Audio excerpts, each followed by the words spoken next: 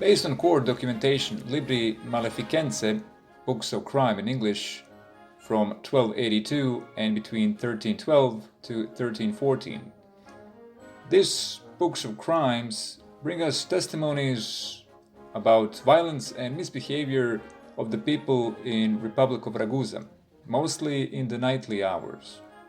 Also, indirectly, it describes life of regular people and nightly entertainment, and government's tolerance or lack of it. It is clear the entertainment was not organized between 13th and 14th century, so people mostly enjoy company of others. The government tolerated nightly life, but it still enforced rule of law in fear of violence and crime. The only murder the books of crime mentions happened in 1312, post tertiam campanam, after the third bell. The government, to stop such behavior, brought a set of legislations that forbade carrying weapons, and inns between the third bell and the bells of the Church of Mary the Great in the morning calling for morning prayer were closed. Carrying weapons during the day was also illegal, but the fines were double in the nightly time, or double jail sentence of 2 months. It was also mandatory to carry a lamp with you, as the ones that choose to move in the shadows of the night were immediately considered suspicious. Most people choose to lock themselves in their houses after the second bell. The same streets that were hosting the feasts of merchants, sailors, craftsmen, peasants, and the rest during the night were mostly welcoming the drunks, adventurers, and people whose profession was mostly performed at night. 2/3 of cases in the books of crime were about physical clashes. The clashes involved all sorts of means, from slaps to peasantry tools and swords. In case of serious physical hurts that ended up with the death of the victim, the thorough investigation would follow. There's an example of such investigation in Books of Crime when in the summer 1380, Major Council, the Republic of Ragusa's parliament-like institution, approved a large sum of money to solve a murder of a young woman.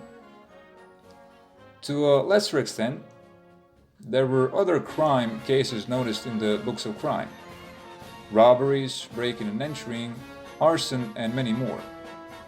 The statute, city's constitution, also fined cursed words, which were, judging by the Books of Crime, very imaginative. It is also a crime to take and then stomp somebody's hat, especially if the woman was the victim of this crime, because it would reveal her hair. Also, shouting insults about the rector of the Republic was fined by the authorities. The perpetrators were mostly young men of all social backgrounds. Women perpetrators were mostly landladies and prostitutes. Some of the criminals were well known to the judges of the city, as they would often find themselves on the other side of the bars. A certain shoemaker, Grubessa, Thomas Dersa, and Venetian man Donatello were mentioned multiple times for similar reasons in the Books of Crime. Even members of the church could not escape the temptations. The books mention a Catholic deacon, Matthew, that was attacking members of the clergy and ordinary people alike and insulting women on the streets. Crimes of passion were also not a strange thing to happen. A certain man named Radoslav apparently broke into the house of his former lover and her husband a few times in the span of 3 years. The funny thing that we can find in testimonies in the Books of Crimes is that he was the one pressuring her to marry her husband because he was trying to break up with her. To enforce the law during the nighttime, some 40 members of the city guard were employed, 5 or 6 noblemen and some 30 commoners.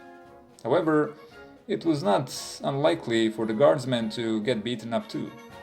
The city government was somewhat permissive of the nightly misfits, and only punished harshly crimes against the health, life, and property of its citizens.